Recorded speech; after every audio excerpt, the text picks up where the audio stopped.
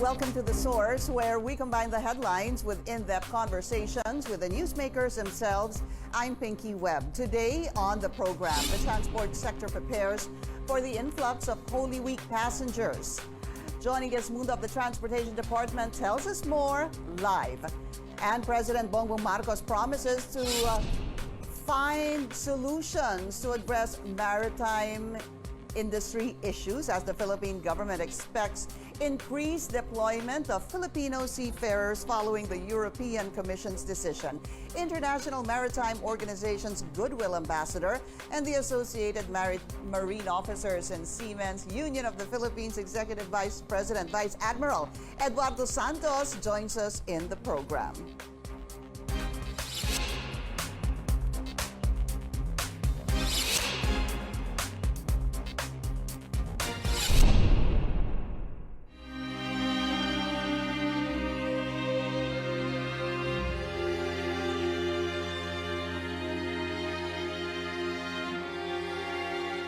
The Philippine National Police on heightened alert this Holy Week. Almost 78,000 police personnel were set to be deployed to various areas to ensure public safety. These include transportation hubs, terminals, and places of worship, which the PNP asserts are hot spots during this season. But PNP spokesperson Colonel Jean Fajardo notes no credible and serious security threats have been monitored related to the Holy Week. Bagamat hindi po tayo nagkukumpiyansa, patuloy po tayo nakikipag-ugnayan sa other law enforcement agencies para kung may mga natatanggap po tayo na report ay nababalidate po tayo at nakakapaglatag po tayo ng appropriate security measures, lalong-lalo na po doon sa mga lugar na vulnerable po sa atrocities and harassment. Airports, bus terminals, and seaports are gearing up for the influx of passengers this Holy Week. The Department of Transportation says it is ready to accommodate millions of passengers during the Lenten break. Let's go straight to the source of the story. We have Executive Assistant to the Secretary for Transport, Joni Gesmundo. Sir Joni, welcome to the source. Good to see you again, sir. Good morning, Pinky. Nice to see you again. All right, sir, just let's begin with the situation in airports, seaports, and even bus terminals. You know, we were already talking to some officials last Friday, and they were saying that this could be quite different this year because there's a number of days that the passengers can actually choose to be able to leave and go to their respective provinces or go on their vacation. Kasi sabi po ni Jason Salvador ng PITX, pwede nung Friday pa lang, yung ilan nating mga kababayan, nagsialisa na. And then that goes on until the Holy Week break really of Thursday. First, the situation in the airport. Tell us more about it. Yeah, tama ka dun, Pinks. Ano? So, since last week, we have seen the gradual increase of passengers, not just at airports, seaports, the piers, and the bus terminals. And we anticipated that, which is why since last week, the Secretary already asked for the plans of the different agencies in handling the exodus of passengers at their respective areas of operations. And this morning, we have started to see the increase in passengers using the 4 terminals here at NAIA.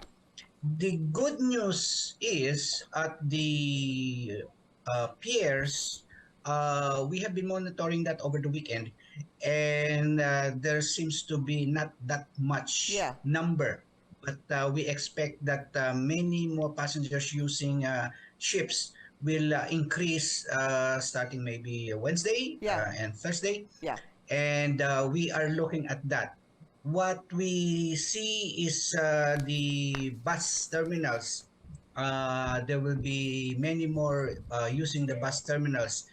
And there are other bus terminals aside from the PITX. There are bus terminals in Cubao, in Pasay, in many areas in Caloocan.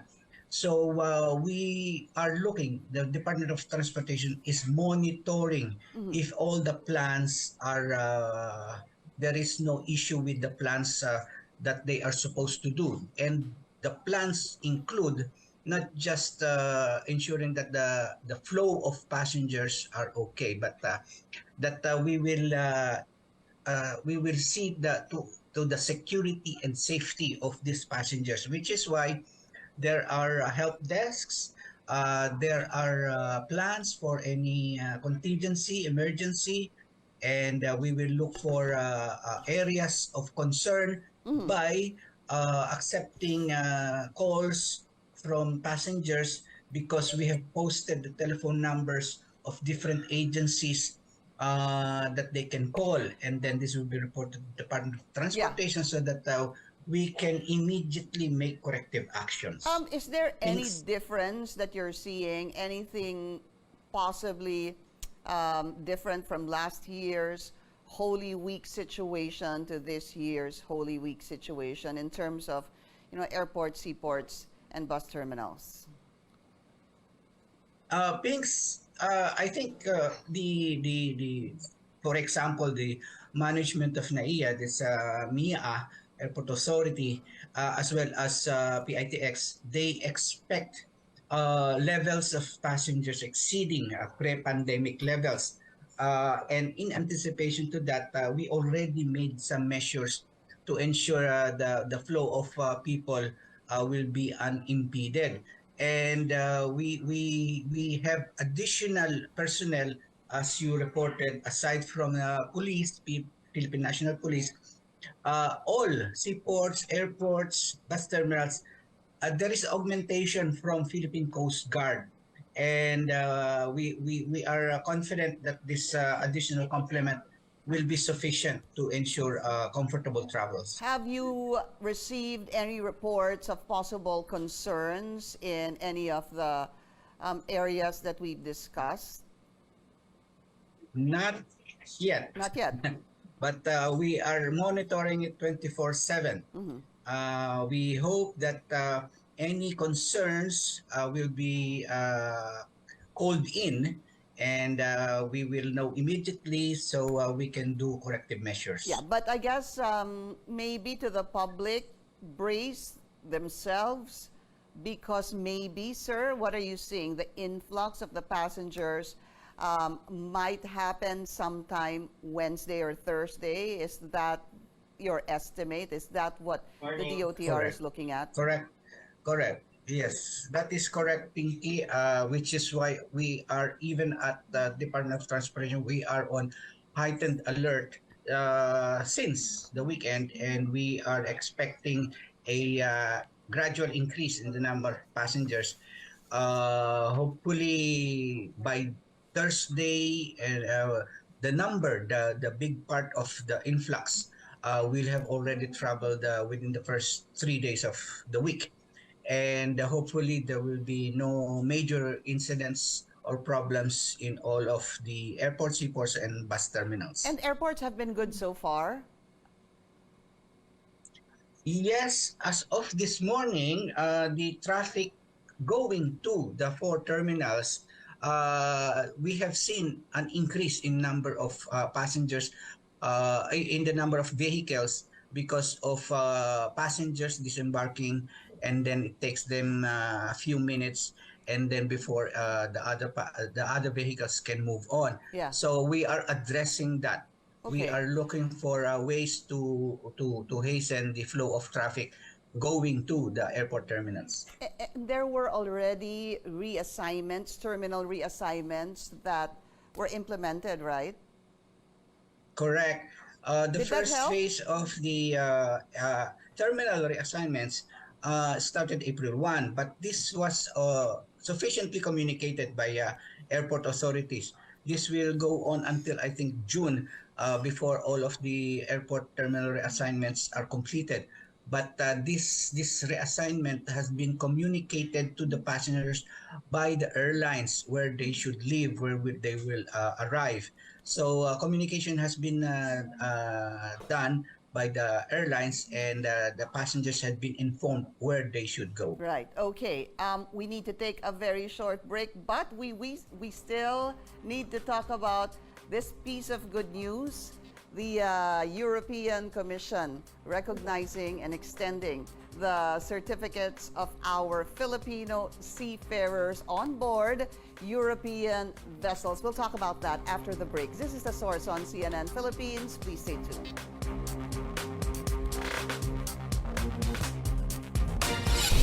You're watching The Source on CNN Philippines. I'm Pinky Webb. The government vows it will not become complacent in complying with international maritime standards following the European Commission's decision to continue recognizing the certificates of Filipino seafarers issued by the Philippine government. The decision is also seen to open more opportunities for Filipinos in the seafaring industry. Still, our source today, Executive Assistant to the Secretary for Transport, Joni Gesmundo. Sir Joni, so again, good news for our seafarers. Finally, sabi nga nila, nabunutan ng tinik kasi hindi nila alam kung ano mangyayari. So this means that the European Commission, for now, will recognize their certificates. So ang ibig sabihin ba nito, yung mga seafarers that are probably going to these European destinations can now leave now, be hired, or again rehired?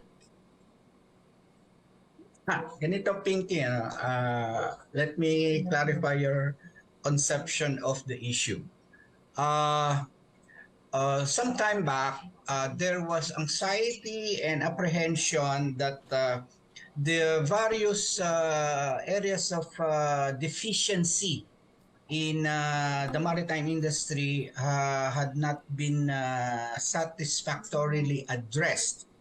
And we, the Philippine government, through the Maritime Industry Authority, Marina, they presented the actions being taken or have been undertaken to address those deficiencies.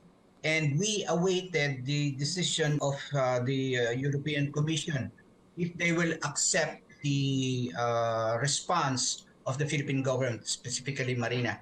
And last Friday night nga, we received the communication, yes, we are satisfied with the actions you are taking, but there are conditions. The European Commission said, okay, we will continue to recognize those certificates, indicating that they are satisfied with the capability of Filipino marine officers. Let me emphasize that. It is not all of the Filipino seafarers on board European registered vessels. This specifically targets the marine officers, Filipino marine officers on board European registered vessels. So the condition is that there are 6 remaining issues that needs to be addressed. The other good news is that, okay, there are 6 issues still must be corrected, but even the European Commission offered to assist us. They will assist us in whatever way to address these issues, as you are showing. That's it. Those are the 6 areas of concern, Sir Joni. There were already concerns in the past, and then the European Commission for Transport was saying that there was improvement and that there is progress. Hence, we will recognize the certificates of the seafarers. However, they're saying there are still 6 deficiencies. So that's how I understood this. And when we talk about the 6 deficiencies, these are monitoring, supervision, and evaluation of training and assessment. As you can see on the screen, examination, assessment of competence, program, course design, availability and use of training facilities and simulators, onboard training, issue revalidation, registration of certificates and endorsements. Sir, when was there a deadline set for the government to be able to address these 6 deficiencies identified? Okay, Pinky. Again, the letter, including those 6 deficiencies, were sent to us Friday evening. Apo. So starting today, we hope that there will be a meeting called by Marina and other stakeholders to address these issues. What I'm pointing out is the good news that even President Marcos is supporting that let us give our assistance so that the issue or the concerns of the maritime industry here will be up to international standards. Yeah. So now we look for how the European Commission and other agencies will be able to work on these last three areas of concern. Pinky, let me just point out there are 6 areas of concern or that must be addressed. Yeah. Those areas of concern went up as high as 63, and Marina was able to address almost all except for 6, which is why we received that communication that Right. they will continue to recognize our certification indicating the capabilities of our Filipino marine officers. That's a big drop, I guess, sir. That's why the seafarer certificates will continue to be recognized, because from 63 deficiencies down to 6. You are correct, of course, Sir Joni. The president was saying we need to have world-class seafarers. In fact, he had mentioned that the plight of the seafarers was a priority of his during his visit to Belgium sometime in December. Let's talk about what happens from here on. In terms of the 6 deficiencies, what can we expect from government to be able to help improve the training of our seafarers? Yes, from moving forward, we hope that there will be interagency communication. I was pointing this out, that it is not an exclusive problem of Marina. For example, there are issues on who qualifies. What is the qualification of instructors in these maritime training schools? Then comes Philippine Coast Guard. They can assess as to the qualifications of instructors. They can even be the instructors. That is just one of the issues. For example, if the training schools, they have no onboard training vessels, then probably the Philippine Coast Guard can lend some of their vessels where these marine deck officers can do their training. So these are the areas of cooperation, interagency cooperation that we are looking at. So it is not restricted to Marina alone. We must look at other stakeholders who can give assistance. And we anticipate that the European Commission, when they come in and tell us that they will help, then what are the assistance that they can provide us. So it is looking good from here on how we will be able to address the last 6 deficiencies. The example that you identified a while ago, wherein the Philippine Coast Guard can help assist, has this been done in the past, sir? That I cannot categorically answer you, Pinky. But when there was this meeting at with Marina and other agencies under Maritime, it was the Coast Guard who offered that they have more than enough trainers, instructors who train the Coast Guard, and they can assist, they can lend, they can help the Marina look at the maritime schools, which maritime schools need qualified instructors. That is just one area that we are looking at. Other agencies can help these training schools. The focus, let me point out to you, Pinky, the focus here is in question is the management level course that all marine officers must undertake so that they will be again recognized by the European Commission. I think when we talk of MLC, maritime school, then the Philippine Coast Guard can provide the instructors, the qualified instructors, to provide those courses. So we are looking at interagency cooperation, and we hope that we will in the coming weeks, in the coming months, there will be the assistance given by other agencies to the Marina. Executive Assistant to the Secretary for Transport, Joni Gesmundo. Sir Joni, thank you so much for your time. Thank you, Pinky. Good morning. And we'll be taking a very short break. This is The Source on CNN Philippines. Please stay tuned. You're watching The Source on CNN Philippines. I'm Pinky Webb. Our source today, Associated Marine Officers and Seamen's Union of the Philippines Vice President and International Maritime Organization, Goodwill Ambassador Vice Admiral Eduardo Santos. Vice Admiral Santos, welcome to The Source. Thank you so much for your time. Sir, let me already start my questioning. Associated Marine Officers and Seamen's Union of the Philippines, medyo mahaba po, or AMOSUP. This is, I looked into your website. This is a non-profit and non-business labor union for seafarers. First, sir, how many members do you have? We have first of all, good morning, Pinky, and good morning to our listeners at CNN. The AMOSUP, the Seafarers Union, has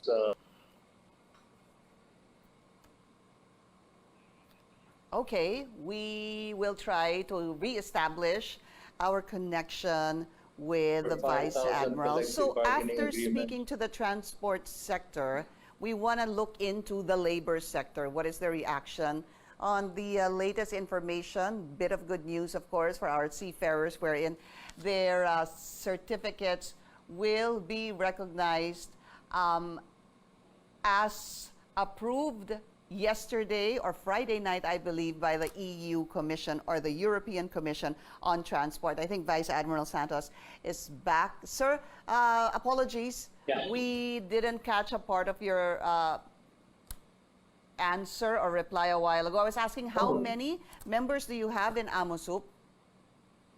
we have over 100,000 members. I say over because we have over 5,000 collective bargaining agreements with ships under foreign flags. Okay. So all of our members work with international shipping companies. First, of course, the reaction on the European Commission for Transport recognizing the seafarer certificate. This was a long and hard battle. Yes, I agree. Pinky. You know, this started in 2006, and that varied actually over the years. In the beginning, we had only four.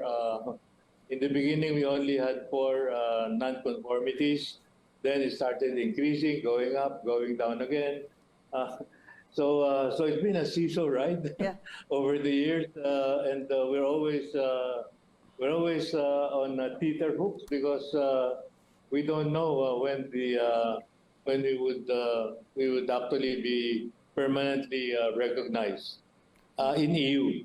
But let me assure you, Pinky, that all of the all of the ship owners, they still would like Filipino seafarers because not only are we competent, we can deal with.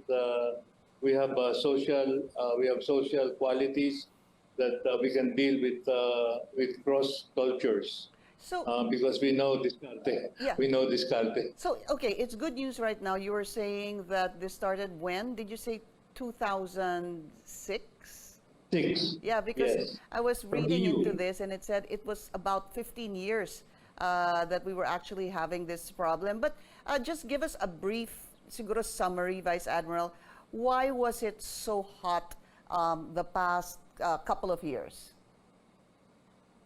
Well, like any inspector or any customer, you keep telling your supplier that these are things that we need to improve, and your supplier said yes, doesn't do anything about it. So they keep on coming back and nothing is happening, and so they got I guess they got fed up and said, if you do not finally, because they saw the increasing number of deficiencies, and they said in 2020 that prior to the pandemic, that if you do not improve this, we are going to not recognize all the certificates issued by the Philippine government. Why did it come to this? What would you say would be the root cause of the problem? I guess the root cause is that there's no consistency. As you see, since 2006, let me count. From 2010, that was the Manila amendments of the STCW. That was a big international conference here, and that was the last time that the standard for training, certification, and watchkeeping of seafarers was done. Since then, up to now, 13 years later, we have had 9 administrators of Marina, 9. So you can just imagine the different changes that have to happen, not only in terms of administering, but then you have to deal with other people again. And after that, there's a change, and these new guys are not able to, cannot see the historical background of things that are happening, and so that just increased. Aside from that, we also had about 5 changes in our curriculum. I know, Pinky, that when we were in college, we only followed one curriculum, right? In the Maritime, we have had 5 changes, and we have not even finished one course. But There's why another is that? curriculum. Why is that? Because of the changing times? Why would there be 5 different curriculums? Well, I guess it depended on who was in Marina and Ched. You see, this is a combination. Again, I see a small problem here, in that a behavioral problem, in that Marina was given the sole administration of Maritime. However, Marina is not an education facility. It's the CHED, the Commission on Higher Education, by law, handles all of higher education, and that includes the bachelor's degree for marine transportation and marine engineering. So there are indeed some things that need to be ironed out, while the bosses are all in unison. They appear to be in unison. When you get down to the lower levels, then there still seems to be lack of coordination and harmony. Everybody's talking about harmonization, but there doesn't seem to be all that harmony that we need. And I guess the collateral damage here would be the seafarers, those even studying to become seafarers. Yeah. I didn't get you well. I said, Vice Admiral, and the collateral damage would be the seafarers or those even trying to study or to become seafarers. Yeah. Unfortunately, Vice Admiral, we've run out of time. I would really like to speak to you again because it would be very good to talk about the concerns of our seafarers, these training facilities even, and what they expect government to do to be able to help them. Let's set another schedule again because we've run out of time. AMO Soup Executive and IMO Goodwill Ambassador, Vice Admiral Eduardo Santos. Sir, thank you so much for your time. Thank you very much, Pinky, and thank you for inviting me to your show. I'm very happy to cooperate and be ready anytime you need me. Thank you, sir. Thank you for joining us here on The Source. I'm Pinky Webb. You're watching CNN Philippines.